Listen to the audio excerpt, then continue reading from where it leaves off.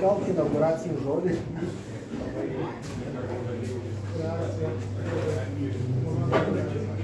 Sveiki visi. Ar girdite mane visi? Labai gerai. Noriu Jūs pasveikinti su pirmąja šių metų Café Scientifique. Mes esame openinginis dalis. Kiekvienais metais darome tokią kaip reklaminę kampaniją. Šių metų openinginis konferencija vyks gegužės 13-16 dienomis.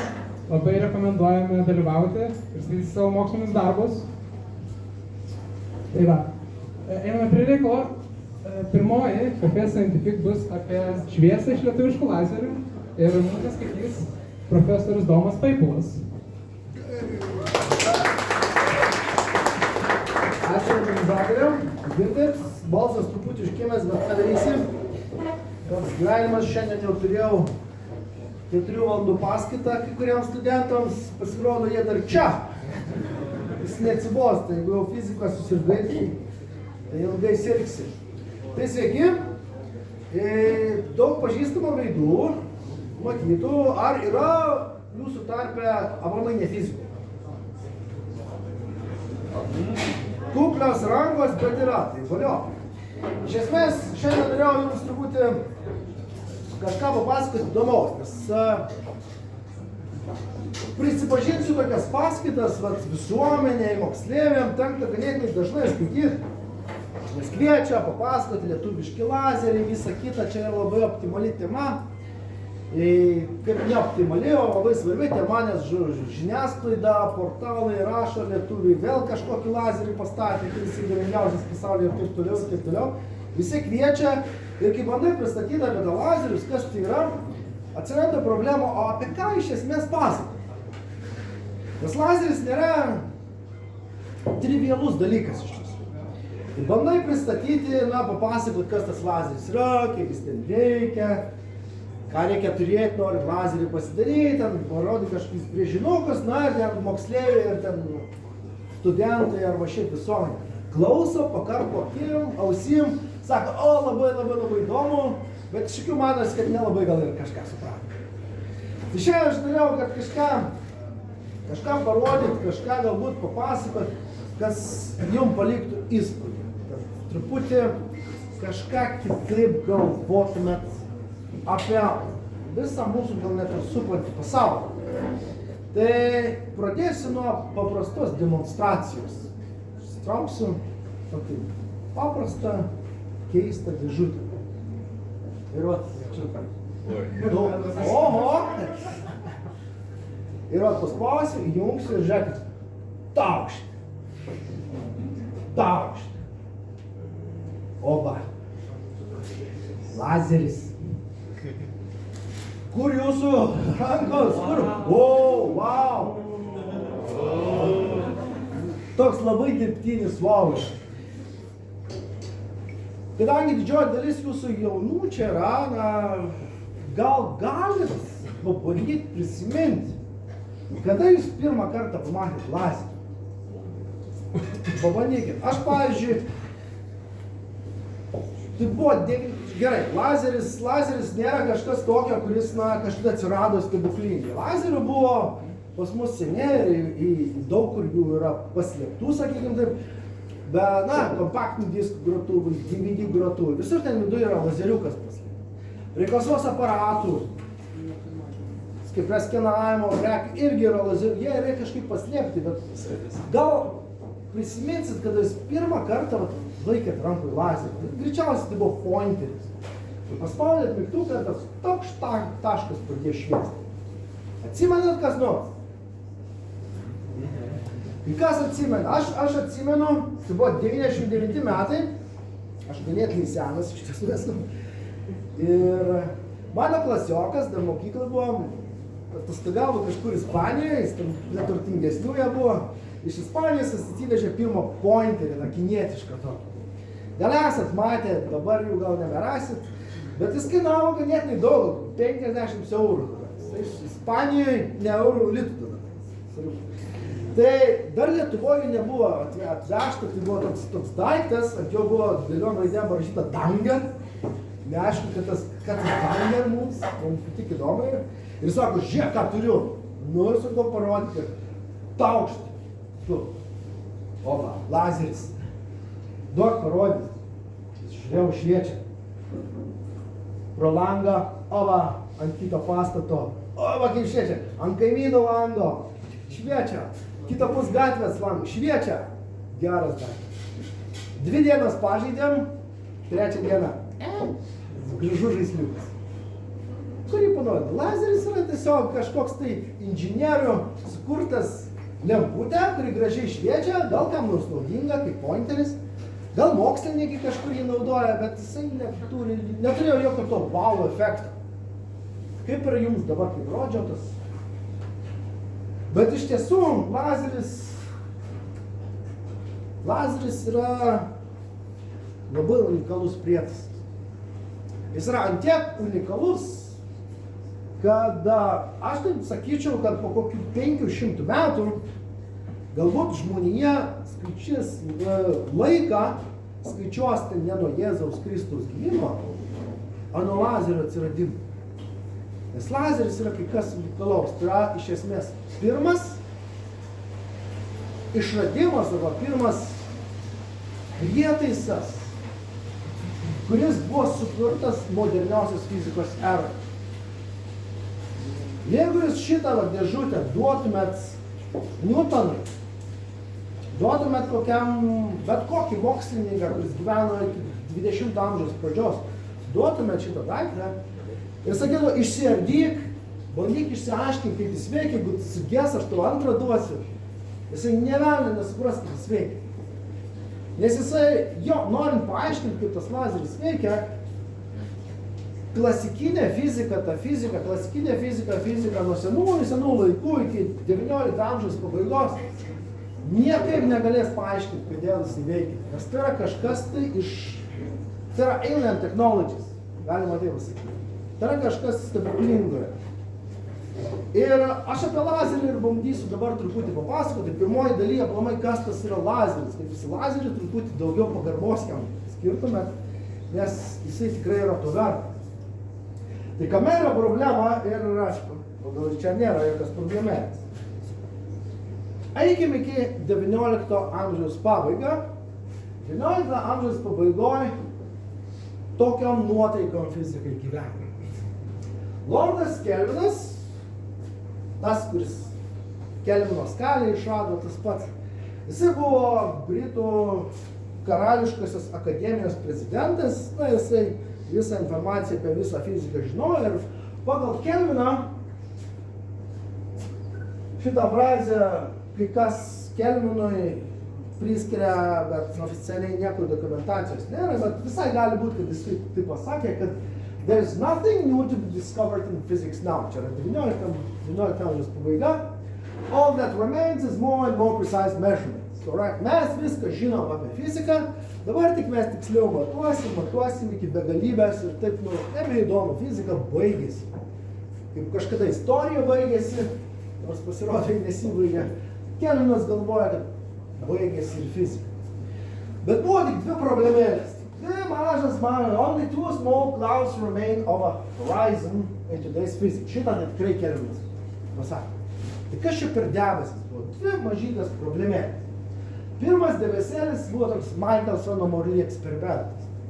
Tiesiog tuo metu fizikai nelabai suprato, kas yra šviesa.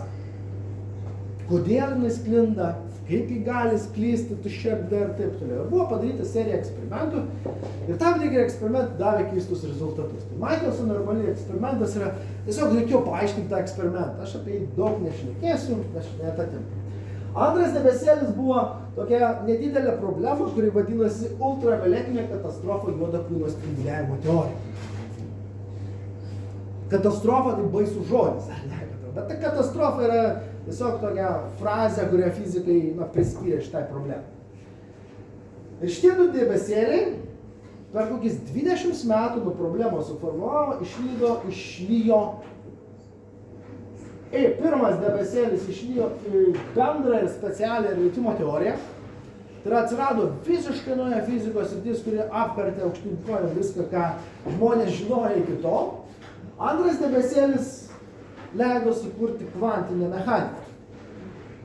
Vėl visiškai skirtinga teorija. Šiek tiek truputį apie bendrąją specialiumo reliatyvumo teoriją. Kas tai per velnias yra? Tai iš esmės gravitacijos teorija. Einšteinas, ne jis vienas, su kolegom, su draugais, su priešais, surado būdą tokį visiškai kitokį negu Niutonas aiškino, kaip keliauja šviesa, kaip veikia gravitacija ir taip toliau ir taip toliau. Tai aišku, kaip veikia visata vieną iš modelių. Ir aišku, bet tai yra tik tai teorija. Tai teorija reikėjo rasti kažkokį tai įrodymą, kad ta teorija veikia. Nes teorijų visokių galim prigalvoti. Yra, pavyzdžiui, tokia stygų teorija, esate gal girdėję, kas fizikų. Stygų teorija gali paaiškinti viską. Jeigu dabar staiga dingtų gravitacija ir mes pradėtų stygų teoriją tą paaiškinti. Yra tokia teorijos, tokių teorijų yra daug, bet jas nėra labai vertingos. Tai reliatyvumo teorija buvo kaip ir vertinga, bet kaip ją patikrinti? Ir ją patikrinti galima buvo tik tai kažkokiais stebėjimais, kažkokiais ypatingais metodais. Ir pavyzdžiui, bendrą reliatyvumo teoriją pavyko patikrinti. 1919 metų lapkričio 10 dieną New York Times 17 puslapį, ten kažkaip giliai prie visokių orbitų, spausdino nedidelę straipsniuką Lights fall askew in the heavens. Einstein theory trumps. Iš esmės, tai buvo pirmas įrodymas, kad reliatyvumo teorija veikia. Žodžiu, teorija atitinka naujas nuspėtas eksperimentas buvo paaiškintas pagal tą senąją teoriją. Kas dar įdomaus man pasirodė, iš straipsniuko, buvo toks paprastas paaiškinimas, kad paprasti žmonės neturėtų nieko išsigąsti, nes čia yra iš esmės detalės yra labai mokslinės ir matematinės ir visai nereiktų jų čia pasakoti paprastam žmogui iš gatvės. Žodžiu, šita teorija yra svarbi tik mokslininkam, o paprastiem žmonėm taip lengvai nepaaiškins. Kas tai iš esmės yra teisinga, norint suprasti teoriją, reikia iš esmės studijuoti fizikos fakultete, ką jūs didžioji dalis ir daras. Taigi, tai šita teorija kaip ir veikia, jinai yra parodyta. Bet yra dar ir antra ta teorija, kvantinė mechanika. Kvantinė mechanika yra dar keistesnė negu bendroji specialiumo reliatyvumo teorija. Jinai dar yra keistesnė. Bet kvantinė mechanika leido sukurti ne tik tai atrasti per stebėjimus, kad jinai teisingai veikia, bet leido sukurti ir naujus prietaisus. Leido sukurti naujas technologijas, iš kurių lazeris yra vienas iš jų. Tai truputį pereikim prie jos. Tai ką reiškia ta ultravioletinė katastrofa? Ir kodėl problema yra tas ultravioletinės katastrofa? Trumpiau tariant, Lordo Kelvino laikais, tai yra 19 amžiaus pabaiga, žmonės nesuprato, kad jie nesupranta, kodėl šviečia lemputė. Toks paprastas, atrodo, prietaisas, lemputė, Edisono sukurta, net lemputė, kai kalvis skala karštą geležį, jai įkaita ir pradeda šviesti. Kodėl? Aš žinau, kodėl šviečia lemputė. Aš čia studentų ir moksleivių dažnai klausiu. Įjungiat jungiklį, teka elektra ir šviečia lemputė. Daugelį žmonių tokio užtenka paaiškinimo ir visai normalus paaiškinimas. Jeigu elektros nėra, lemputė nešviečia. Bet kodėl, kai teka elektra, turi šviesti lemputę? Aš čia kol kas apie tą kaitinę lemputę paprastai žinau. Koks nors gudresnis sakys, bet elektra įkaitinio siliukais pasidaro labai karštas ir dėl to nešviečia. Visiškai teisingai. Bet kodėl, kai siliukas karštas, jis turi šviesti? Nes ten kažkas virpa. Karšta, tai reiškia, tie atomai labai smarkiai virpa, osciliuoja. O elektrinė šviesa yra bangos, kurios atkartoja šitą osciliavimą, tai dėl to lemputė šviečia. Gerai, galbūt, bet pabandykim, fizikai sugeba viską paskaičiuoti ir jie skaičiuoja ir mato, kad lemputės spektras, tai yra kokias spalvas, tai fizikai žino, kas yra spektras, ne fizikai, čia yra iš esmės parodydo, kokias spalvas karštas objektas iš esmės skleidžia. Kuo jis karštesnis yra, tuo baltesnė spinduliuotė yra. Jūs galite nusipirkti šaltų lempučių, kurios rausvai šviečia, jūs galite baltų, kurios karštų lempučių, kurios baltai šviečia. Tai va šitas kreivės, kodėl fizikai niekaip nesugebėdavo paaiškinti. Jie sugalvodavo visokių modelių ir gaunas, va šita dalis, kur yra infraraudona, tai yra raudonosios ir dar infraraudonos spinduliuotės, tai yra kur šiluma sklinda iš. Viskas tvarkoja, tai klasikinė fizika leido tas. Bet va šita dalis, kodėl jis kyla, tada staigiai nukrenta, buvo didžiulė mistika. Ir va šitas užsilenkimas, kad teorija rodo, kad jis iki begalybės turi kilti, nuo apačios iki begalybės turi kilti, ir vadinasi ultravioletinė katastrofa. Katastrofa tame, kad ultravioletė turėtų gautis labai daug energijos, bet realybėje jos ten iš viso nėra, jos yra labai mažai. Ir pirmas žmogus, kuris gal netyčia suprato, buvo šitas dėdė Maksas Planckas. Pradžioje aš jums parodysiu truputį daug veidų, paskui tų veidų bus mažiau, bet tiesiog taip įdomiau parodyti, kaip veidų reikia truputį parodyti, atsiminsiu tos žmonės, kai sutiksit kur nors literatūrą.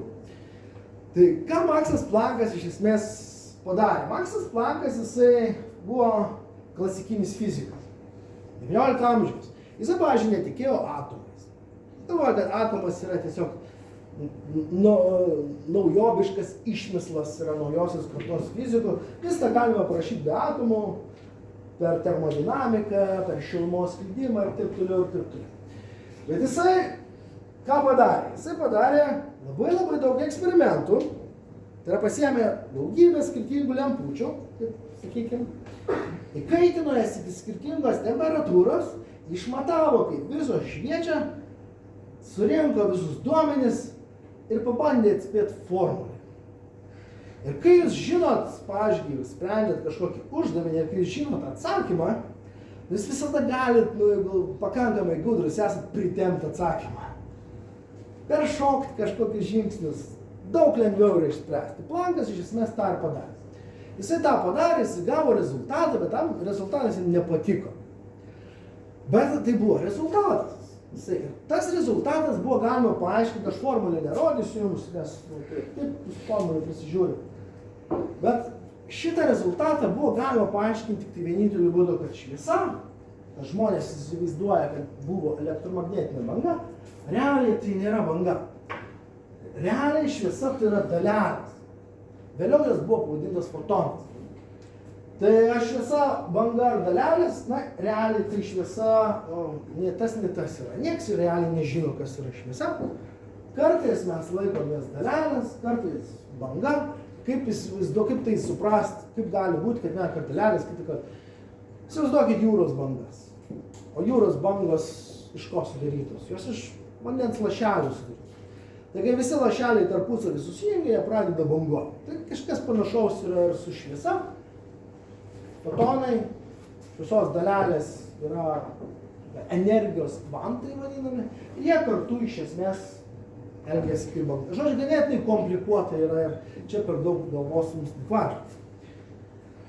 Panašiu metu jaunas pažįstamas mūsų mokslininkas, Einšteinas, jisai iš esmės buvo pirmasis žmogus, kuris susigyveno su mintim, su ta idėja, kad šviesos dalelės, šviesos kvantai iš tiesų egzistuoja. Tai Planckas tais kvantais netikėjo, Einšteinas labai tuo tikėjo ir jo amžininkai, jo kolegos ilgai nepriėmė šviesos kaip dalelių idėjos. Jie tik tai laikė, kad čia Einšteino matematinis triukas, kuris leidžia išspręsti daug sudėtingų problemų. Ir viena iš tokių problemų, kurias išsprendė, buvo fotoefekto paaiškinimas. Ir šitą fotoefektą yra tam tikras tas fotoefektas, yra toks reiškinys, kai su šviesa pašviečiat į, tarkim, metalą, iš metalo pradeda atsirasti elektronai. Tai yra tarsi šviesa išmuša elektronus. Bet jisai veikia tik tai, kai jūs šviečiat ultravioletinę šviesą. O su paprasta šviesa, kad vis smarkiai jūs nešviestumėt, jie neišlieka. Tai už tą paaiškinimą Einšteinas gavo Nobelio premiją. Tai yra už reliatyvumo teoriją, už visus kitus išradimus niekas jam premijų nedavė, nes galvoja, kad čia yra tiesiog nuo Einšteino sapolio. Įdomiai. Tai Einšteinas tikėjo tą savo teoriją, jisai pušino, bandė ją išreikšti su kolegom. Ir čia yra serija veikėjų, žaidėjų, kurie 20 amžiaus pradžioj sukūrė tai, kas yra vadinama kvantinė mechanika, tai yra modernioji fizika, tai yra visiškai kita fizika, negu buvo iki šiol. Ir čia galima išskirti keletą žmonių, na čia aš apie visus labai trumpai. Nilsą Borą pažįst. Boras sukūrė Boro postulatus, jis paaiškino naujais metodais, tai yra nauja samprata, kaip veikia atomas. Kas per velnias yra tas atomas. Jisai turėjo keletą kolegų, tai yra Maksas Bornas, panaši pavardė kaip ir Boro, Sommerfeldas, toliau vystė teoriją atomo. Du jauni veikėjai, tai yra jaunesni negu Boras, buvo Wolfgangas Pauli, labai kietas mokslininkas Einšteino lygio. Tai yra net pats Einšteinas sakė, kad Pauli yra mano sielos brolis, jisai taip pat gerai mąsto. Werneris Heisenbergas, tai yra pirmasis, kuris sukūrė kvantinės mechanikos matricinį aprašymą, tai yra matematiškai, kad sugebėjo aprašyti. Schrödingeris. Schrödingerio katinas, Schrödingerio lygtis, tai žmogus, kuris kvantinę mechaniką kitais metodais aprašė. Paskui Lee de Broilis vėl papildomai įnešė tam tikros naujų idėjų apie kvantinę mechaniką. Na ir viską daugiau mažiau apibendrino Paulas Dirakas ir visi šitie žmonės iš esmės gavo Nobelio premijos, išskyrus Sommerfeldą. 84 kartus jis buvo nominuotas. Nieks nedavė, bet jo 7 studentai, išskaitant šitos 2, gavo Nobelio premijas. Ir šitie žmonės sukūrė kvantinę mechaniką. Ir kvantinėje mechanikoje keletą, čia tokių svarbių faktorių, kaip pasakyti. Tas požiūris į pasaulį, į visatą, kaip jisai susikūręs, kaip ten viskas veikia, iš esmės viskas veikia kitaip, negu žmonės įsivaizdavo iki jų. Tai yra moksleiviai, kurie mokosi fiziką mokykloje, jie mokosi neteisingą fiziką. Tai yra rezultatai, ten formulytės, kurias ten, tarkim, Omo dėsnis, jie yra teisingi, bet priežastis, kodėl jie veikia, yra neteisingi. Kodėl? Nes pasaulis veikia pagal modernėją fiziką, jis veikia pagal kvantinę mechaniką, kurie paaiškinti iš esmės yra sudėtinga. Tai labai trumpais bruožais pagrindinė esmė, ko mums reikia filazijų. Tai Paulis, jisai yra toks Paulio draudimo principas, kai kas neverdė, kai kas ne. Ir Paulis kartu su Diraku ir su kitais kolegom iš esmės atrado, kad visas daleles, kokios tik egzistuoja visatoje, galima suskirstyti 2 grupės. Vienos dalelės yra vadinamas fermionais. Iš pradžių jos buvo vadinamas Fermi-Dirako dalelėmis, bet Dirakas buvo labai kuklus, tai savo vardą jis išbraukė, tai mes jas dabar vadinam fermionais. Garsiausias fermionas yra elektronas. Tai kuo tos dalelės ypatingos? Jos yra ypatingos tuo, kad kažkokioj tai fizikinėje sistemoje visi fermionai turi būti skirtingi. Tai prasme, vienam atome jūs niekada nerasit 2 vienodų elektronų. Visi jie yra skirtingi. Jie turi turėti skirtingą energiją, jie turi turėti skirtingą būseną ir, žodžiu, jog negali būti 2 vienodų. Visi turi būti individualistai. Ir šiaip, bet kurioje sistemoje, kur tik dalyvauja fermionai, tie fermionai vienaip ar kitaip turi skirtis vienas nuo kito. Tokios dalelės yra fermionai. Kitos dalelės, tai antra grupė yra vadinami bozonai. Bozonas yra dalelė, kuri neturi to draudimo, o bozonas gali būti vienodas. Tai gali būti sistemoje 2 vienodi bozonai, 3 vienodi, 1000, milijonas, bilijonas vienodų bozonų. Tai nėra jokio išskirtinumo. Tai žmonės suprato tuos Einšteinas, kaip suprato, tai Einšteinas truputį anksčiau, kitais metais stiprėjo.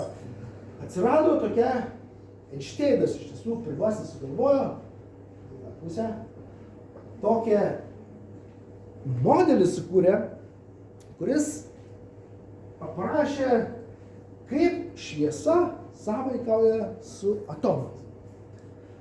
Ir šviesai sąveikant su atomais galima išskirti keletą tokių reiškinių. Pirmas reiškinys, kad ką Einšteinas pasakė, kad atomas gali sugerti arba išspinduliuoti šviesos daleles. Tai yra fotonai. Tiesiog mes turim šiuo atveju atomą ir čia yra kažkur tai elektronas, mes pašviečiam į tą atomą ir atomas sugeria. Jisai sugeria tą fotoną, elektronas įgauna daugiau energijos, bet jis turi gauti tokios energijos, kad nebūtų jokių kitų elektronų, jis turi būti fermionas, jis turi pasiekti tą, žodžiu, būti kažkuo išskirtinis. Ir taip jis yra sugeriamas. Sugert, kai sugerat, sakykime, atomas sugeria mūsų tą fotoną, jis tampa, sakoma, kad jis yra sužadintas, jis turi energijos perteklių. Tai po kiek laiko tą energijos perteklių jis atsikrato? Tas atsikratimas vyksta tiesiog išspinduliuojamas fotonas. Ir čia išspinduliuotas atomas. Atomas pats išspinduliuoja fotoną. Ir šitie procesai vyksta spontaniškai. Tai yra, nieko mums daryti nereikia, jie patys sugeria, patys išspinduliuoja. Bet fotonai yra bozonai. Kadangi tai yra bozonas, gali vykti dar ir trečias procesas. Tas procesas yra priverstinė spinduliuotė. Tai yra, mes galime priversti atomą išspinduliuoti fotoną. Kodėl mes jį galime priversti? Todėl, kad fotonas gali, toj sistemoje, kuriuose fotonas gali būti toks pat, žodžiu, gali sistemoje būti daug vienodų fotonų. Tai ta priverstinė spinduliuotė veikia štai taip. Jeigu mes turim atomą, kuris turi energijos perteklių, tai yra, jis yra sužadintas, ir per jį paleisim pro šalį sklisti fotoną, tiesiog tas fotonas nieko nedaro, jis tiesiog būna šalia. Tai atomas nusižiūrės, jisai, gamta visada eina lengviausiu keliu. Gamta visada renkasi kelią, kuris yra mažiausiai sunkus. Tai jeigu aš jums liepčiau sukurti kokį originalų eilėraštį, arba šiaip bet kokį eilėraštį, tai greičiausiai, kas lengviausia būtų paimti ir nusirašyti nuo kokio kito autoriaus. Arba nuo draugo. Tai yra kopiją padaryti visada lengviau negu kažką naujo sukurti. Tai priverstinė spinduliuotė yra tiesiog nusirašymas, atomai nusirašo, kokį fotoną jis išspinduliuos, nes jie turi pavyzdį. Ir tai gali vykti dėl to, kad fotonas yra bozonas. Jeigu tarkim, atskristų jau 2 fotonai, tai yra dar didesnė tikimybė išspinduliuoti yra fotoną. Lygiai tokį patį, taip toliau ir taip toliau. Dabar, kai priverstinės spinduliuotės stoja per jungsiu, bet man atrodo yra papildomai, mums reikia 2 sąlygų, kad atomas turi būti sužadintas ir tas kitas fotonas turi būti šalia to. Ir rezultatas bus taip, kad mūsų išspinduliuotas fotonas bus visiškai identiškas praskrendančiam fotonui. Tai yra tiksli kopija. Ta tiksli kopija dėl to, kad jis yra bozonas. Bet tik tai tam tikrose medžiagose, kurią vadinam lazeristų mes aktyvią terpę, ta priverstinė spinduliuotė yra stipresnė už savaimę. Tai yra gamtoj, priverstinė spinduliuotė vyksta, bet jinai labai neefektyviai. Ir ją aptikti yra labai sunku, tai jeigu nežinosit, kad toks dalykas yra, jūs niekada jos ir neaptiks. Tai grįžkim truputį prie lazerio. Lazeris iš esmės, po keletą žmonių 64 metais Nobelio premiją, mes truputį apie Nobelio premijas paminėsim keletą mums svarbių pavardžių. Tai 64 metais buvo suteikta premija už lazerio atradimą, bet Einšteino šitos idėjos buvo prieš 40-50 metų. Šitos idėjos, kaip galima priverstinai šviesą pastiprinti. Kodėl tiek ilgai užtruko? Tiesiog gamtoj ir, kaip ir sakiau, neegzistuoja medžiagų, kurios galėtų šitai veikti, galėtų stiprinti. Tai ne tik tai gamtoj, bet iš esmės visoje visatoj tokių medžiagų, jau kaip ir nėra. Jeigu tikslingai ieškosit, galit rasti kažkokią tai medžiagą, kuri turi būti turi šiek tiek stipresnę tą priverstinė spinduliuotė, bet realiai ta priverstinė spinduliuotė yra visur labai silpna. Čia mes turim prietaisą, kuris veikia, kuris spinduliuoja tik priverstinė spinduliuotė. Tai yra, niekur kitur visatoj, va, to žalio taškiuko tokio va, nėra. Tik tai šitam prietaisą. Tai yra, dėl to tai yra kaip ir alien technologies, nes pavyzdžio va tokio daikto jūs niekur kitur gamtoje nerasite. Tai kaip iš esmės veikia, kaip viskas yra sukonstruota. Tai dabar Einšteinas sukūrė va šitą teoriją. Jisai pademonstravo, kad taip turėtų veikti. Kai kurie mokslininkai bandė ieškoti tą priverstinę spinduliuotę, šiek tiek rado, kai kurie nerado. Nėra aišku, ar ta teorija tikra ar netikra, nes galbūt čia yra tik tai, na, kaip Einšteino svajonė. Tai 40-50 metų žmonės ieškojo ir galų gale vieną kartą ėmė ir surado. Jie sukonstravo lazerį ir pademonstravo, kad šita modernioji fizika, šitos idėjos, kurias iš tiesų atrodo labai keistos, veikia. Ir jų pagrindu buvo sukonstruotas šitas prietaisas. Gerai. Tai kaip iš esmės veikia tas lazeris, tai čia paaiškinimas galbūt bus ne fizikam, bet kur tą prabėgsim.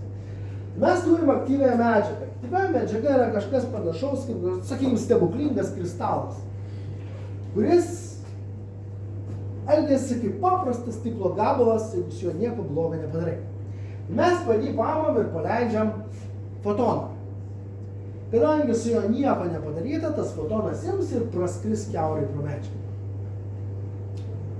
Stiklo gabalas, nieko nematyti.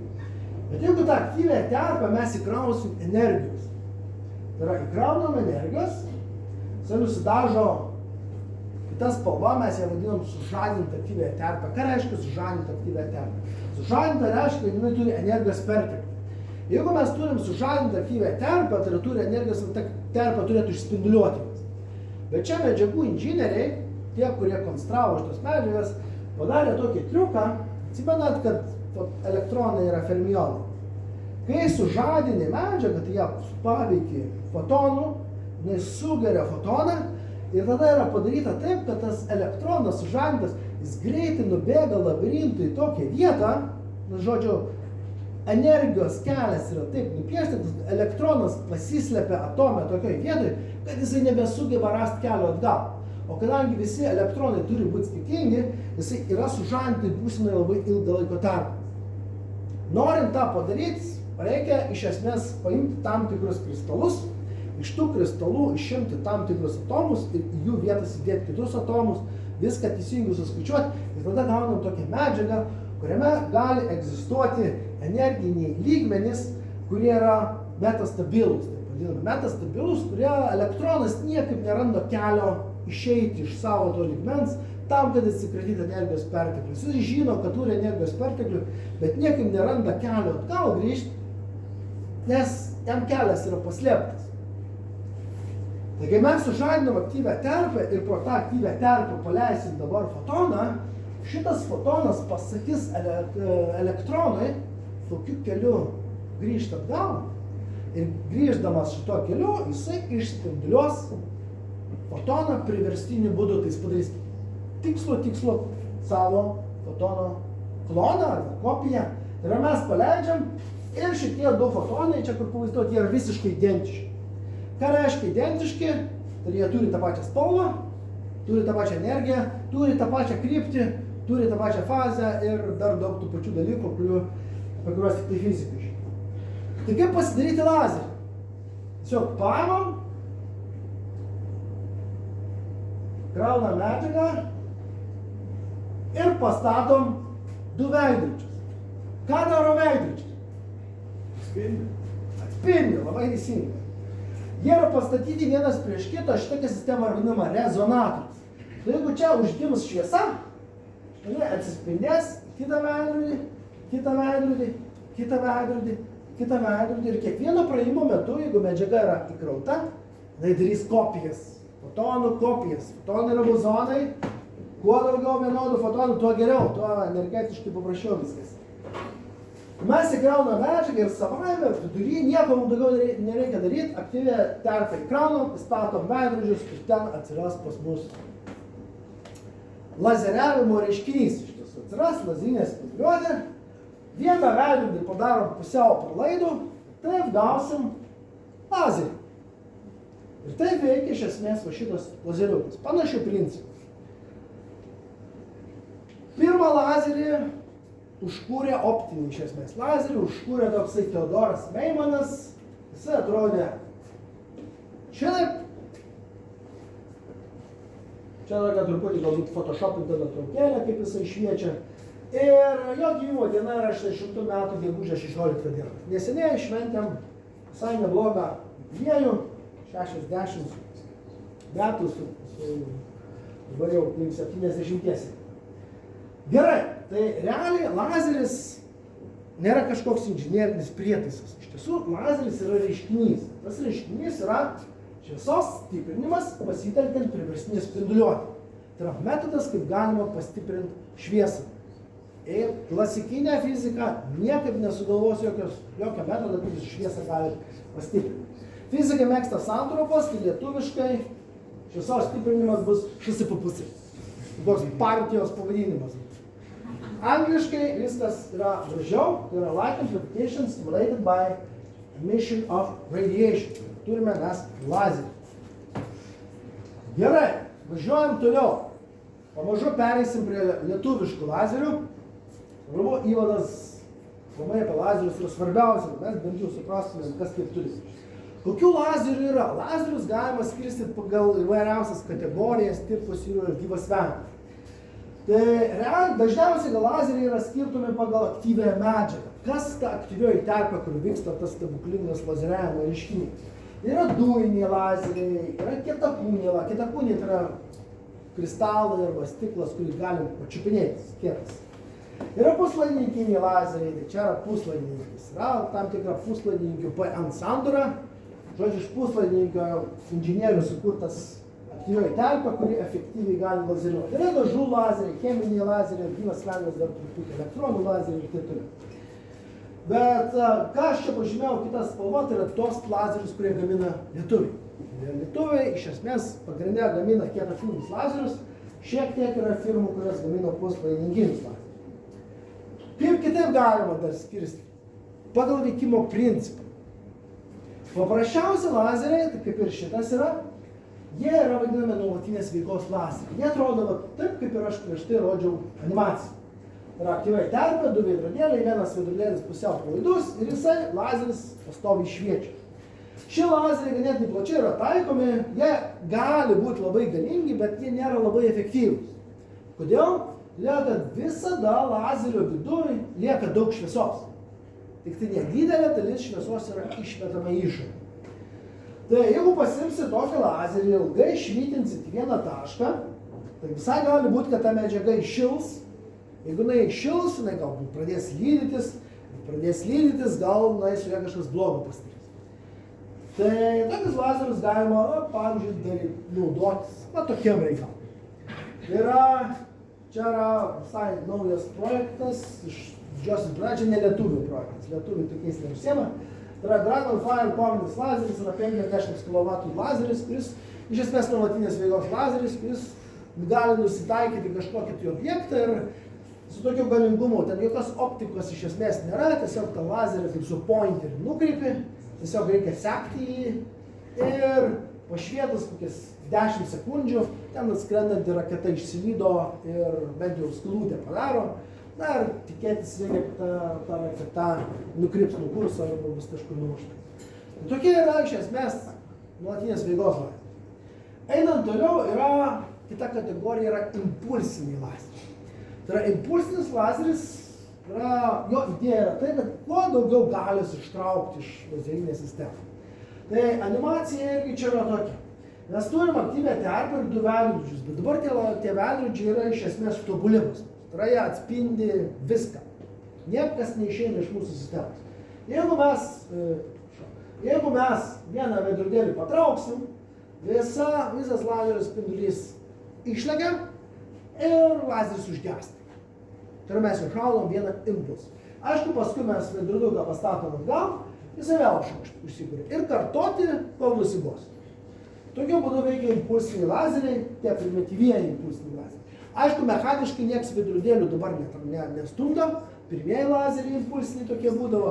Žmonės truputį kitaip moka patraukti veidrodėlį, iš esmės keisdami poliarizaciją ir taip taip.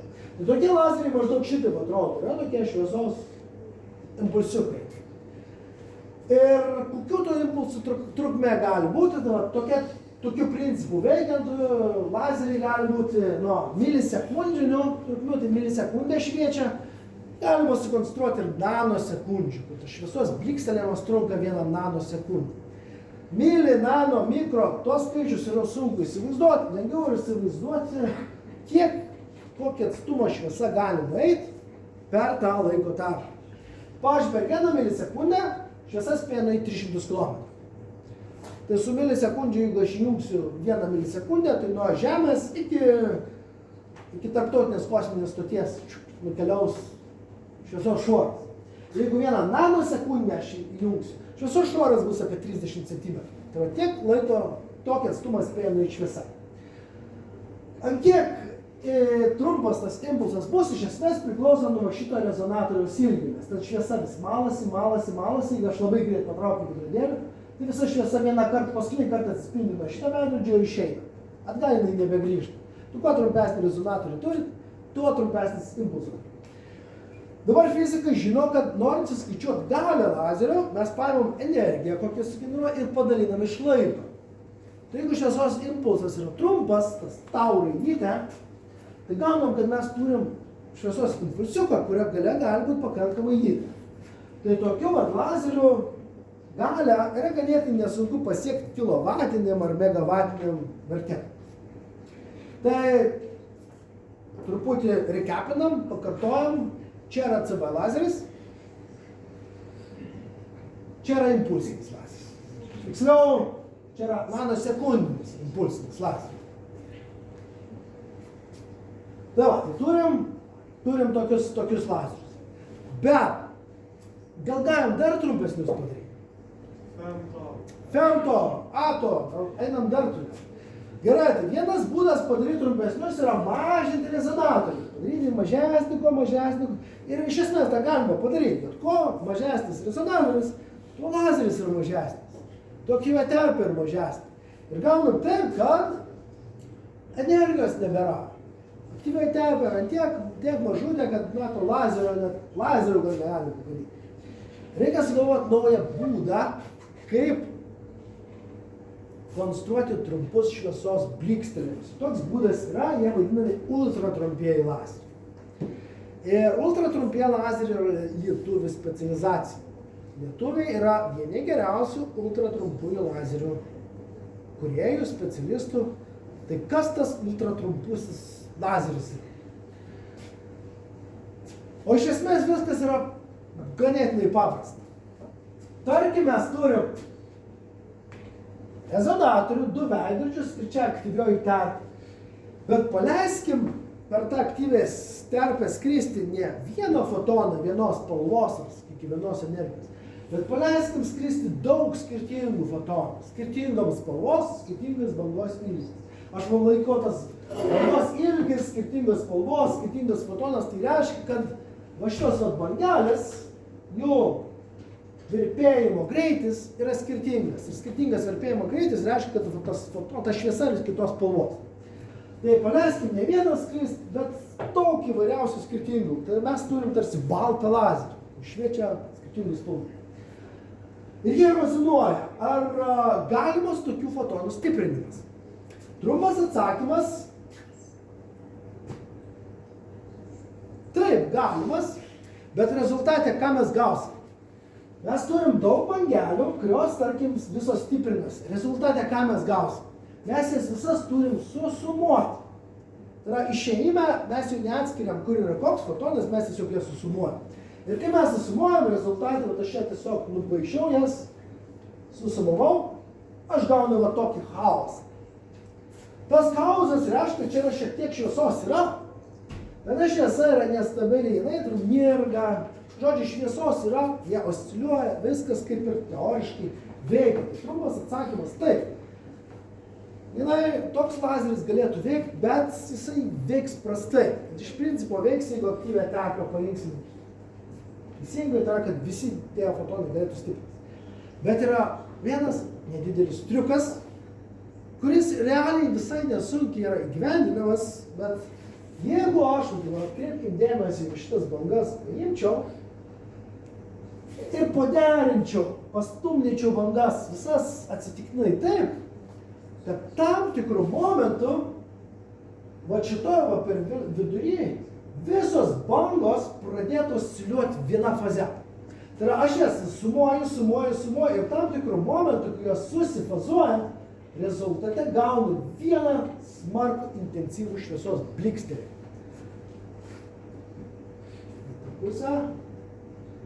Tai va, čia ką mes turim, va šitas blikstelėjimas, jo trukmė gali būti pikosekundinės, femtosekundinės arba net attosekundinės trukmės. Tai per pikosekundę šviesa spėja nueiti 0,3 mm, per vieną femtosekundę šviesa spėja nueiti tik tai 0,3 mikrometrą. Attosekundė aš jau nebesuprantu šitų skaičių, kiek ten ta šviesa nueina, praktiškai stovi vietoje. Tai ultra trumpieji lazeriai, tie lazeriai, kurie femtosekundinius, sakykime, impulsus generuoja lietuvių specializacija, yra ypatingi tuo, kad lietuviai moka išdėlioti va šitas bangeles, stumdyti tas bangeles taip, kad susiformuoja femtosekundinis šviesos blikstelį. Šita technologija, kuri leidžia atstumti tas fotonų fazes, yra vadinama modų sinchronizacija. Tai yra tas femtosekundinis šviesos blikstelimas pats savaime užsikuria lazerį, nieko vėl to papildomai daryti nereikia, tik tai leisti jam vystytis, bet reikia jam pastumdyti truputį tas bangeles, kad jos susifazuotų. Ir taip mes gaunam modų sinchronizaciją. Kadangi impulso trukmė yra itin trumpa, tai yra mes šnekam apie femtosekundės, tai čia galias galim pasiekti siaubingai didelės. Galima pasiekti ir gigavatus, teravatus, ir šiuo metu jau net ir petavatus. Tai mega yra 10 milijonas, giga milijardas, tera yra 1000 milijardo, o peta yra milijonas milijardas. Vatų tai yra ganėtinai daug. Gerai, dabar femtosekundės. Turim femtosekundės. Su femtosekundėm yra problema. Galios femtosekundėm šitam impulsiukiam, jisai atsiranda, yra tiek daug, kad jisai be jokių problemų galėtų imti ir, pavyzdžiui, sudaužyti šitą veidrodį. Tai yra, jeigu mes šnekam apie gigavatus, čia tas mažesnis skaičiukas, tai kas tie gigavatai yra? Pavyzdžiui, atominė elektrinė Ignalinos, jei neklystu, apie 1,6 gigavato energijos generuoja. Tai yra visa elektrinė tiek energijos. Viena impulsiukė laisvai galima gauti 10 gigavatų energijos. Tarsi visa elektrinė dirba to laiko momentu šitam impulsui užkurti. Iš esmės tai ne visai teisinga yra galvoti, kartais taip galima šnekėti, kad čia super didelės galios, bet tiesiog mes tą energiją sukoncentruojame į vieną vietą taip efektyviai, kad mes gaunam tokias didelės galias. Tai jeigu tas impulsas yra tiek galingas, jisai pradeda viską griauti. Ir dažniausiai ką jisai sugriauna patį lazerį, jisai sudaužo, jisai nebeveikia. Reikia sugalvoti būdą, kaip tą femtosekundinį lazerį padaryti patvarų ir galingą, kad jis pats savęs nesugriautų. Ir čia yra tokia technika, gal apie 1988 metus yra sukurta, kuri vadinama CPA, lazeristai labai daug santrumpų naudoja, kuris yra vadinamas Chirped Pulse Amplification. Kas yra ta Chirped Pulse Amplification? Tai yra metodas, kaip pastiprinti femtosekundinį impulsą saugiai, kad jisai lazerio nesugadintų. Tai yra, idėja yra tokia, paimat labai tą trumpą femtosekundinį impulsiuką, bet labai mažos galios. Tai yra, ten labai nedaug fotonų yra, bet jis jau pats yra iš esmės femtosekundinis.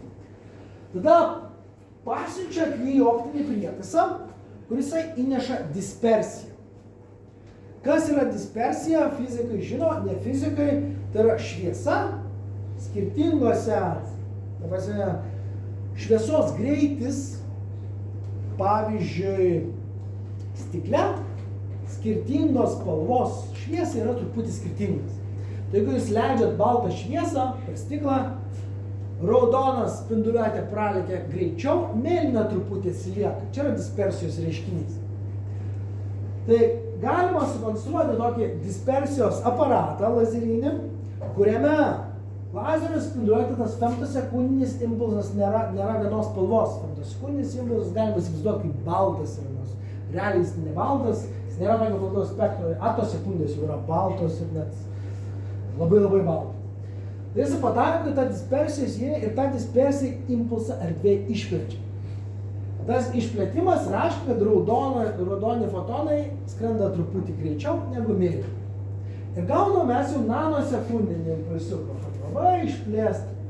Tada išplėstą impulsiuką galima įvesti vėl į kristalą, tai yra lazerinį kristalą ir jį pastiprinti. Tuo lazeriniais metodais mes jį vėl pastiprinti. Tada mes turime daug energijos, bet pats impulsas yra labai platus. Jisai yra saugus, sakykime. Galia nėra tiek didelė. Ir paskui tas impulsas nuvedamas į panašų prietaisą, tik tai atvirkščiai išstatyta taip, kad jis neštų neigiamą dispersiją. Šitas yra vadinamas impulsų spaustuvas. Jis ima ir suspaudžia vėl į femtosekundinį labai galingą impulsą. Ir tą impulsą iš lazerio išmeti. Kuris nori, ten ir jisai taip skrenda, ką pataikys, tą sugriaus.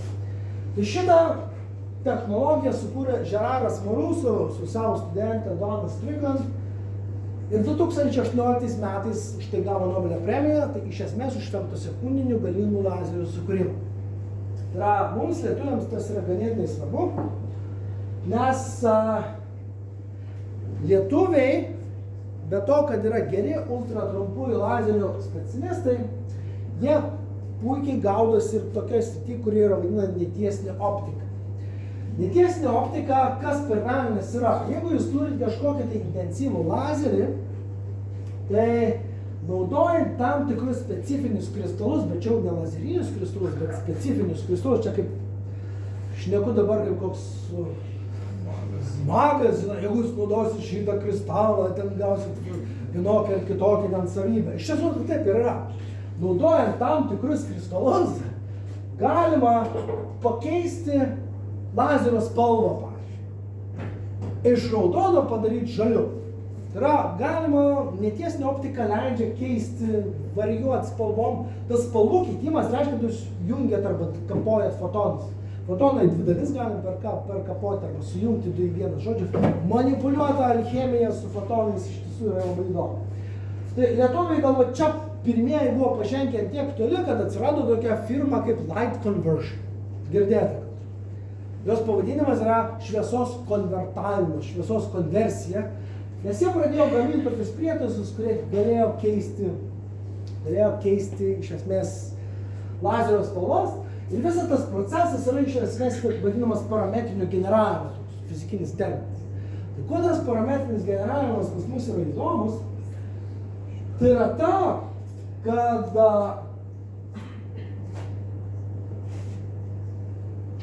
1991 metais šitie trys garsus, kai kurie jau amžinatilsį mokslininkai, sukūrė, aš taip pasakyčiau, pačią garsiausią Lietuvos fizikinę technologiją. Atliko, gal taip, fizikinį atradimą padarė.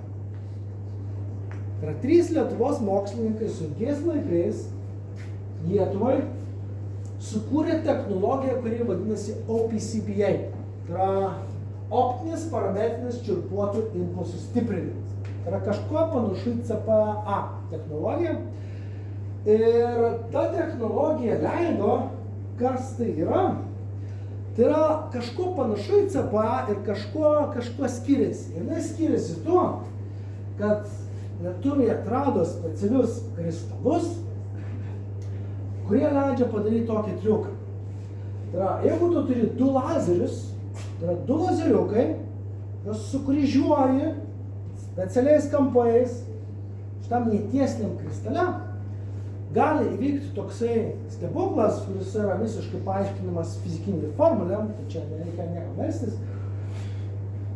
Vyksta toks procesas, kad iš vieno lazerio, kuris paprastai yra ilgos trukmės ir labai daug energijos turi, dėl to, kad jis ilgos, energiją galima perpumpuoti tą femtosekundinį lazerį. Tai yra kristalas, kaip terpė veikia, kai energija iš vieno lazerio perpumpuojama kitą lazerį. Tai yra sukryžiuojamas, du spinduliukai kristale, tam tikrais kampais, ir energija perpumpuojama iš vieno lazerio į kito. Tie lazeriai tarpusavis nesujungti yra, nieks ten, jie tiesiog yra susikryžiuojami. Tai šitas metodas yra vadinamas OPCPA, ir tai yra grynai lietuvių išradimas, ir tas procesas yra antiek efektyvus, kad visos galingiausias lazinės sistemos, kokios tik tai egzistuoja femtosekundiniame režime, naudoja šitą metodą. Niekas iš esmės nenaudoja čempuotų impulsų stiprinimo, visi naudoja OPCPA. Na ir čia lietuviai tikėjosi, kad jeigu gaus kažkas Nobelio premiją už femtosekundinius lazerius, tai vienas bent jau žmogus bus iš Lietuvos. Tikriausiai tai turėjo būti Algis Petras Piskarskas, na, bet dėja, nepasisekė. Gal kitą kartą. Tai jau už tai negavom. Ir kartais, na, čia prieš keletą metų buvo ant billboardų čia skelbimai, kad lietuviai sukonstravo galingiausius lazerius pasaulyje. Štai tie lazeriai. Tai yra lazeriai, kurie veikia OPCPA principu. Ir jeigu norėsite tiksliau, galite užsirašyti pavadinti, tai yra Silos 3 ir L4 lazeriai, jie veikia ELI infrastruktūrai. Tai yra iš esmės galingiausi lazeriai pasaulyje. Ką reiškia iš vis galingiausias lazeris pasaulyje? Čia kaip geriausias alus, kaip skirtingos kategorijos yra. Yra lazeriai, kurie galingiausias nuolatinės veiklos lazeriai. Yra lazeriai, kurie energetiškiausias lazeris, kuris turi daugiausiai energijos. Tai šitas lazeris, pavyzdžiui, L4, jisai gal mano žiniom dar pilnai neužveikęs, bet jis kažkada užveiks. Jisai turės, tai yra femtosekundinis lazeris, kuris vienam impulse turės daugiausia galios, apie 10 petavatų. Silos 3, tai yra ekspos ir šviesos konversijos lazeris, kurio prototipą Vilniaus universitetas sukūrė. Jisai generuoja 15 teravatų lazerį, tai yra jisai iš esmės vos ne 1000 kartų mažiau galios negu šitas lazeris veikia, bet jisai šaudo 1000 impulsų per sekundę. Tai yra 1000 impulsų per sekundę su va tokia galia. Šitas lazeris iššauna vieną impulsą per minutę. Jisai šaudo galingus, bet retai. Yra lazerių, kurie, pavyzdžiui, turi labai daug energijos. Pats didžiausias ir daugiausia energijos turintis lazeris yra toksai vadinamas Livermoro NISTAS, tai yra National Ignition Facility Amerikoje, kur žmonės termobranduolinę reakciją su lazeriais nori sukurti. Tai ten impulso energija yra apie 2 milijonai džiaulių. Tai tas lazeris, aš ten tiksliai dabar nepamenu, bet greičiausiai jis iššauna kokią kartą per savaitę. Žodžiu, visi žmonės dirba vienam šūviui sukurti. Tai šitas lazeris yra didžiausias, tai yra galingiausias vidutinės galios femtosekundinis lazeris. Tai reiškia, daug impulsų šaudo 1000 šūvių per sekundę. Tie impulsai nėra super galingi, jie yra apie 100 milidžiaulių. Šitas yra 1000 džiaulių, čia yra 100 milidžiaulių, bet jis 1000 šūvių per sekundę. O šitas jau duoda galingiausią impulsą, bet jau kartą per minutę. Tai va, tai tokie lazeriai yra 19 metais, čia yra keletą nuotraukėlių. Žeraras Moru, Nobelio premijos laureatas, Open Readings, jisai dalyvavęs, skaitė paskaitą kartu su profesorium Piskarsku, OPCPA kūrėju, taip pat profesorius Dubėtis, jie kartu diskutuoja, kaip iš tiesų teisingai reikia spausti impulsą. Na ir va čia už jų mato, kaip žmonės dirba prie lazerių. Na, aišku, jie čia taip pozuoja prieš nuotraukas. Gerai, tai kiek mes čia laiko turim, dar keletą minučių, truputį aš apie lietuviškus lazerius bendrai pašnekėsiu. Pašnekėjom bendrai apie lazerius, lietuviškas specializacijas. Čia šiek tiek skaidrių paprašiau, kad atsiųstų Lietuvos lazerių asociaciją. Kam čia yra iš tiesų labai įdomu, galite nueiti jų puslapį, pagooglinti, rasti daugiau informacijos. Tai lazerių fotonikai Lietuvoje, pirmas lazeris Lietuvoje užsikūrė 1966 metais. Tai primena 64 Nobelio premiją gauta, po šitos du Sovietų sąjungos mokslininkus nuvyko nemažas būrys lietuvių jaunų mokslininkų, doktorantų, kur mokėsi pas juos, grįžo čia ir 66-67 puslapį fizikos katedroje pirmas lazeris jau veikia, jis toks pasiskolintas lazeris, tos visos istorijos jinai ten sudėtinga, visi čia ginčios, kas pirmas lazerį Lietuvoje užkūrė, gal tai nėra taip svarbu iš tiesų, bet profesorius Vaitkus su Baltramiejūnu realiai užkūrė pirmą lazerį, ten Vilniaus universitete žmonės patys lazerį susirinko pirmieji, tai čia yra visokių niuansų. Jaunas Piskarskas su profesoriu Maldučiu grįžo iš Sovietų sąjungos, iš Maskvos, pasimokęs ir Lietuvoje jie pradėjo kurti lazerius ir štai pirmas komercinis Lietuvos lazeris. Žiūrėkit nuotrauką. Ant Galvės ežero plaukia Exmos lazerinė sistema, pilies fone. Kam tai dabar žmonės pirkti tokias pamažinti. 93 metais pirmas lazeris parduotas į Japoniją. Nežinau, kodėl nuotrauka tokia bliūrinta, bet gal čia dėl slaptumo.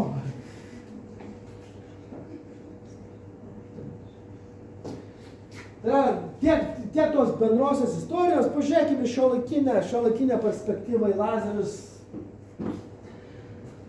Apie 90% visų lazerių, kur Lietuvos pramonė iš esmės padaro, jie iškeliauja į pasaulį. Tai yra, realiai Lietuvoje lieka ganėtinai daug jų. Tai yra, didžioji dalis eina į Europą, į Ameriką, į Japoniją, į Rusiją labai nedaug, kas mums irgi yra džiugu. Ir jeigu vien į skaičius pažiūrėsi, tai stabilus augimas 14%, čia yra kasmet. Greičiausiai kasmet yra, kaip pasaulinis lazerio rinkos augimas yra 7%, tai yra Lietuvos sektorius lazerių dvigubai sparčiau auga negu pasaulinė visa rinka. Ir lietuviai turi, iš esmės yra šaunus tuo, kad jie yra sukūrę lazerių ekosistemą, kuris save išlaiko. O toks radas, čia yra kažkokia tai PR-inė kompanija, sukūrė ir lazerių asociacija ir visiems lazeristams labai patiko, visi parodo, kaip glaudžiai bendradarbiauja Lietuvos lazerių pramonė. Tai mes turim virš 60 kompanijų, čia įskaitant universitetus. Darbuotojų yra virš 2000 darbuotojų, didžioji dalis yra jo mokslo daktarai arba tikrai baigė fiziką, tai ir didžioji dalis tų kompanijų yra Vilniuje. Ir įdomu yra tuo, kad kai kas paskaičiavo, kur yra tankiausiai gyvena lazeristai. Vilniuje. Tai yra, jeigu jūs dabar Vokiečių gatvė išeisi čia, papurtysi medį, ten iškris porą žmonių iš jo, tai vienas greičiausiai bus lazeristas. Tai yra, Vilnius realiai yra pasaulio lazerio sostinė, nes čia yra didžiausia koncentracija, net Silicio slėnį kažkur Amerikoje, kur tas didžiausias lazerio kompanijos stovi, negausi tokių skaičių. Tai yra tas tankiausias Vilnius, kaip ir Lietuvos lazerio sostinė. Ir jeigu taip bendrai pažiūrėsit, mes realiai yra 5 universitetai, kurie kažko galbūt susiję su lazerio mokslu, lazerio technologijom. Realiai tik Vilniaus universitetas ruošia lazerio fizikus, arba bent jau fizikus, kurie gali dirbti su lazeriniam kompanijom. Aš pats esu iš Vilniaus universiteto lazerinių tyrimų centro, tai turiu šiek tiek apie lazerinį tyrimų centrą šnektelti. Tai mes esame toks nedidelis institutas, centras prie fizikos fakulteto ir pas mus dirba serija grupių, komandų, kurie viena grupė, pavyzdžiui, kūrė tos super galingus lazerinės sistemas, termatinės lazerinės sistemos, prototipus tų lazerių, kurio kompanijos parduoda užsienį. Viena grupė, kad ir profesoriaus Dubiečio OPCPA išradėjo, kuris dar aktyvus, puikiai dirba iki šiol, ją Advanced Nonlinear Optics ieško naujų būdų, naujų kristalų kombinacijų, kaip galim sukurti dar kažką gražiau. Yra pora grupė, kurie su mikroapdirbimu dirba. Tai yra nano spausdinimas, ypač tikslus su fantaskiniais lazeriais. Aš labiau dirbu su mikroapdirbimo, tai yra lazerius taikau pjaustyt medžiagas ir visaip sprogdinti jas.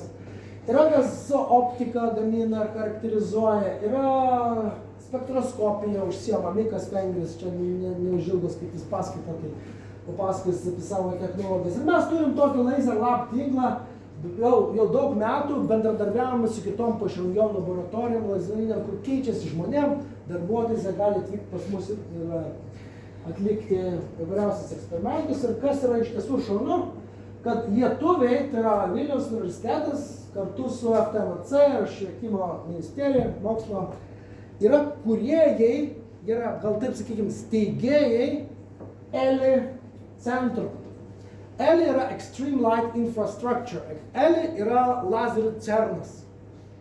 Tai lietuviai pirmą kartą istorijoje yra steigėjai. Įsivaizduokit, esam, jeigu sakytume, cerno steigėjai. Ir tokių steigėjų yra Čekija, Vengrija, Italija ir Lietuva. Tai 4 šalis ėmė ir sako, davai pastatykim lazerių cerną. Davai. Ir įkūrė. Tai Lietuva yra iš esmės yra founder of ELI, Extreme Light Infrastructure, ir dėl to tos lietuviškos kompanijos pastatė galingiausius lazerius pasaulyje, kad galėtų vykdyti tyrimus, apie kuriuos jūs šitose paskaitose jūs dar ateityje sužinosite. Gerai, tai kas mūsų, grįžtam prie šito rato, kaip veikia ta infrastruktūra, aš čia dar tuo jau eisiu link pabaigos, kas pavargo. Tai yra serijų kompanijų, jeigu čia nusiskenuosit arba nueisit į Lietuvos lazerių asociacijas, apie kiekvieną firmą galėsit surasti duomenų, jeigu norėsit darbintis, visas sąrašas, kur galite jūs rasti firmų.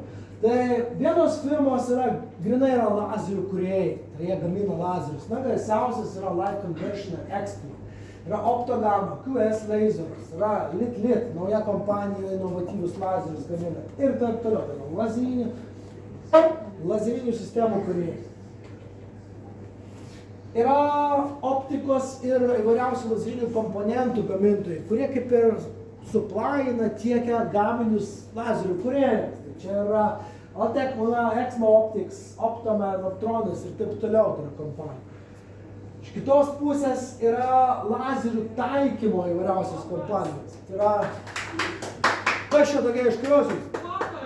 Višmovo, va. Yra iš Vopo, Fembrika, Akoneris, DMC, tai yra tie, kurie lietuviškus lazerius integruoja į savo sistemas ir tas sistemas parduoda kažkam tai, kam reikia, kas nori iš tų sistemų. Yra kompanijų, kurie užsiema paslaugom ir kažkokiais lazeriniais matavimais. Čia yra Lidaris, yra Optronika ir daug įvairiausių kitų kompanijų. Yra dalis tokių fotoninių technologijų, ne visai gal tiesiogiai su lazeriai susiję, bet irgi svarbus ekosistemos žaidėjai. Mes turim, žodžiu, tokią ekosistemą, kurie žino savo kompetencijas, kur jie yra geri ir tas kompetencijas gali siūlyti visam pasauliu, nes iš esmės rinka yra ne Lietuvos, mes Lietuvoje to lazerių nelabai turim pritaikyti, nes šitie lazeriai yra pažangiausi lazeriai pasaulyje iš esmės. Jie tik tai ateityje galbūt bus naudojami plačiau, dabar tik tai užsikūrė tas ultratrumpieji lazeriai ilgą laiką tik tai mokslai buvo naudojami. Dabar jau ir industrija. Na, keletą žinai, Vopo mašinos. Taip atrodo, kaip iš esmės ten galima su juo išpjauti kažką pagaminti. Yra kelios kompanijos, kurios kitaip dar daro. Jo, jau tokia. Ir programinė įranga, kurią kūrė, ir mikroapdirbimo uždavinį su lazeriais galima sudėtingai spręsti. Čia yra keletą reklaminių iš ką Light Conversion daro, ką Explorer daro. Komponentus galite, norit kristalą namie turėti nešiotis pasikabinę kokią lazerinį, kuris konvertuoja šviesą iš vienos į kitą. Kreipkitės, padarys. Vėl Vopas gali jums tiesiog išspręsti kažkokį uždavinį. Realiai, baigiant, jeigu tiem, kas šią Vilniaus universitete, kas yra gal moksleivių, kokie yra. Jeigu nori daugiau sužinoti pas lazerius, ateikit į Vilniaus universitetą, fiziką, stokit, ar light engineering, kas jūs studijuoja, nepamirškit, kad yra 2 magistratūros programos. Jeigu realiai norit išmokti kažką tikrai apie lazerius, tai reiks greičiausiai doktorantūrą pabaigti. Ir tai dar iki galo nežinosit, nes lazeris yra ganėtinai sunkiai įkandamas riešutėlis. Tai gal, kai dabar pamatysit šitokį lazeriuką šviečiantį, nebebus taip, kad kas čia? Taip nebus. Tai dėkui. Gal klausimų?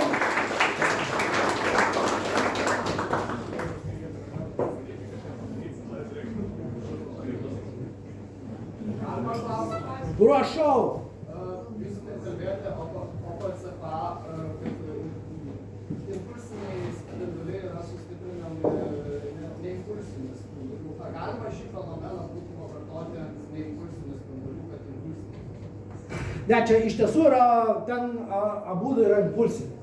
Tik vienas yra femtosekundinis, o kitas yra pikosekundinis arba nanosekundinis galima. Galima tą padaryti ir ne, tarkim, impulsiniu su neimpulsiniu, bet efektyvumas bus labai mažas. Nes ten esmė reikia, kad tame kristale, tą kristalą išjudins, ką reiškia tas fotonų jungimas ant puselio, tą netiesinę optiką. Tai yra, jeigu labai intensyvę šviesą apšviesit jūs kažkokią tai medžiagą, kad ir stiklą, tas stiklas elgsis truputį kitaip, negu jūsų intuicija sako. Tai yra, atomai pradės siūbuoti, bet jie pradės siūbuoti truputį per greit, jie nespėja grįžti atgal, žodžiu, vyksta tokie keisti procesai, kas yra netiesinė optika. Tai norint šitą procesą įjungti, reikia impulsinių, labai galingų impulsų lazerinių. Su nuolatinės veikos, kad, pavyzdžiui, šviečiat su nuolatinė veikla ir stiprinat impulsinį, reikia labai stipraus nuolatinės veikos lazerį. Kas labai neefektyvų yra. Geriau tą nanosekundį lazerį padaryti impulsinį, procesas bus efektyvesnis.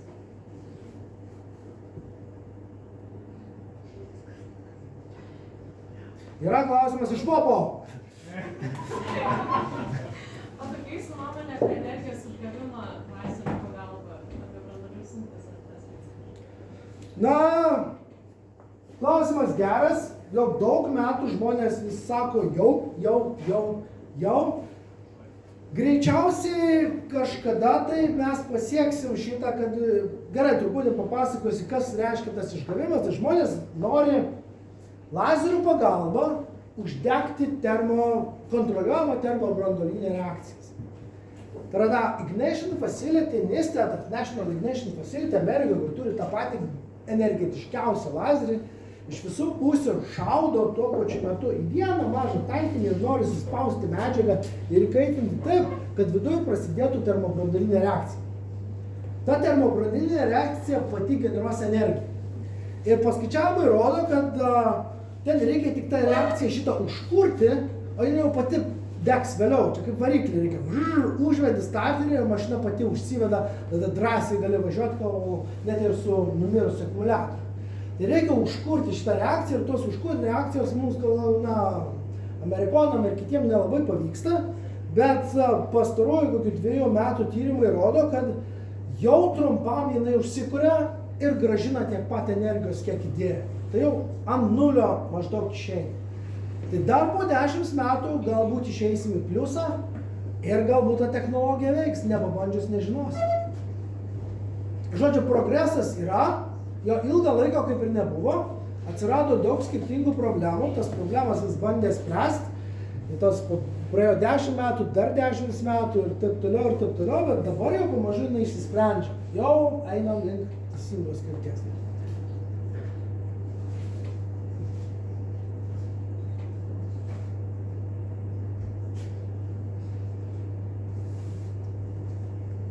Matau, klausimų nebėra, tai manau padėkokime profesoriui iš paskaitą.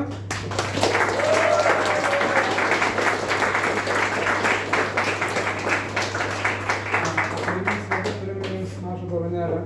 Mažą dovanėlę? Didelę. Gerai, ačiū labai. studijuokit fiziką, labai įdomu. Jo, tai ačiū, malonu, kad gal kai ką supratot. Pagalvokit apie kai kitą kartą lazerį. Mano mintis pagrindinė, kai pagalvosite apie lazerius, truputį daugiau pagarbos jiems. Ir čia prieš eidamas su tokia mintį sugalvojau, iš esmės pamiršau pasakyti. Siūlau iš esmės visiems kišenį nešiotis lazeriuką. Kodėl? Kai eisit kada nors mišku, atskris ateiviai, jūs pagrobs ir paklaus, ar jūs advanced, ar jūs protingi žmonės ar ne. Jūs lazeriuką parodysit ir sakys, čia yra advanced technology. Ir taip save išgelbės. O jeigu turėsit, nežinau, kokį tenai laikrodį, sakys, ką čia laikrodis? Tai daugiau pagarbos.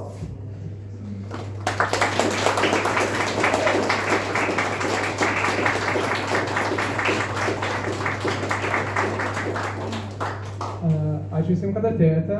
Kita kafe bus spalio 23 dieną. Kenijos dekanas mus pasakos apie naujos kartos kaulų implantus arba žmogišką kalbą, kaip užsiauginti savo kaulą. Bus labai linksma. Taip. Ir ant stalų turite po QR kodą. Būtų labai malonu gauti jūsų feedbacką, ar jums patiko, kas nepatiko. Ir būsime labai dėkingi šitai. Ačiū jums labai. Ačiū, kad atėjot. Gerai. Žinau, kaip atrodo. Visas Šiek tiek. Užtenka. Aš kaip kitas pažiūrėjau, tai net kai kurie labai specifiškai turėtų tos temos tokios labiau mokslinės yra. Aš stengiausi labai kartais būna ta programa, kad labai moksliškai bet kad visuomenė yra. Aisti šitas temas. Ačiū labai. Gerai, dėkui. Dar norėjau pasiklausti, Gerai. kokios realiai yra perspektyvos